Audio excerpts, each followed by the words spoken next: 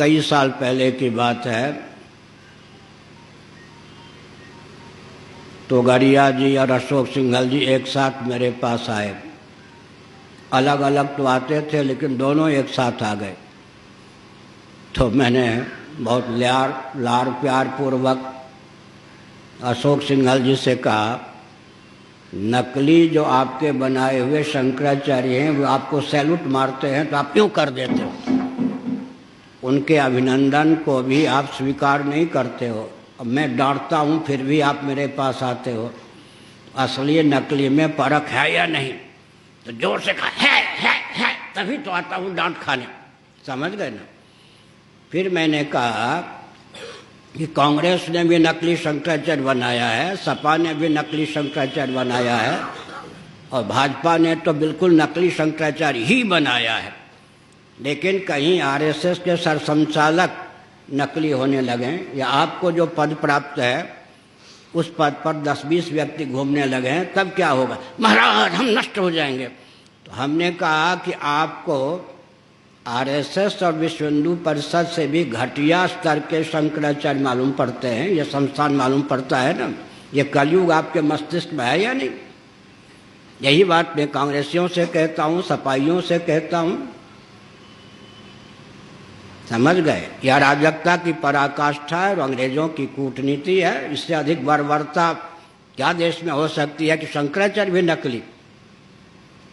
2-4 प्रधानमंत्री घूमने लगे तो असली प्रधानमंत्री की क्या दशा होगी? इसलिए भारत सैद्धांतिक धरातल पर घोर परतंत्र देश है। आगे और हम तो हमको एक गुफा में बंद कर दो। कल भी मैंने कहा था प्रवचन में, चुनौती है कि पूरे विश्व को विकास के नाम पर एक तिल भर भी आगे खिसका के दिखा दो, हम मान लेंगे कि हम लोगों की उपयोगिता नहीं है।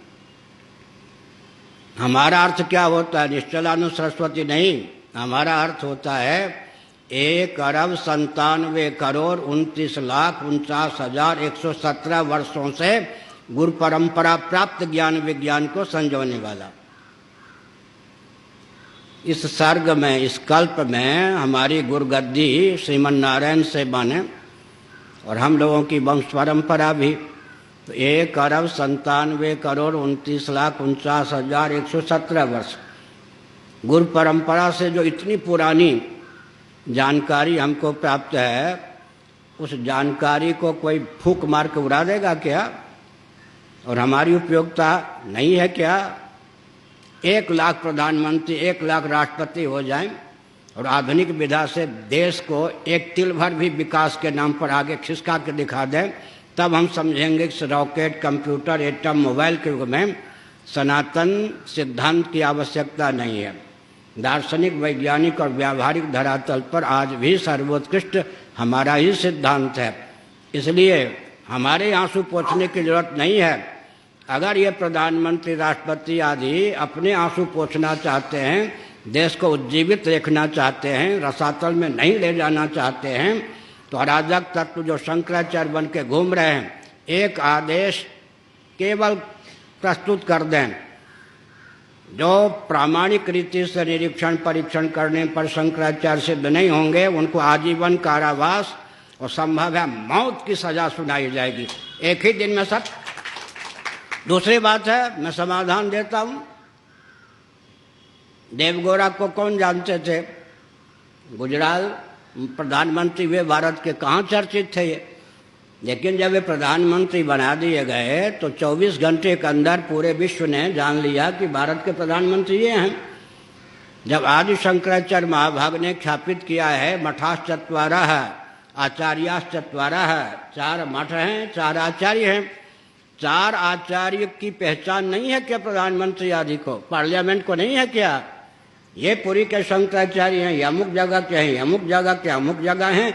इसके अतिरिक्त जितने शंकराचार्य हैं सब नकली हैं, ये जेल के शिकंजे में बंद होने योग्य हैं। कौन सी देर लगेगी? एक ही दिन में सबके बेस उतर जाएंगे अपने आप और सब रसातल में अपने आप पहुंच जाएंगे।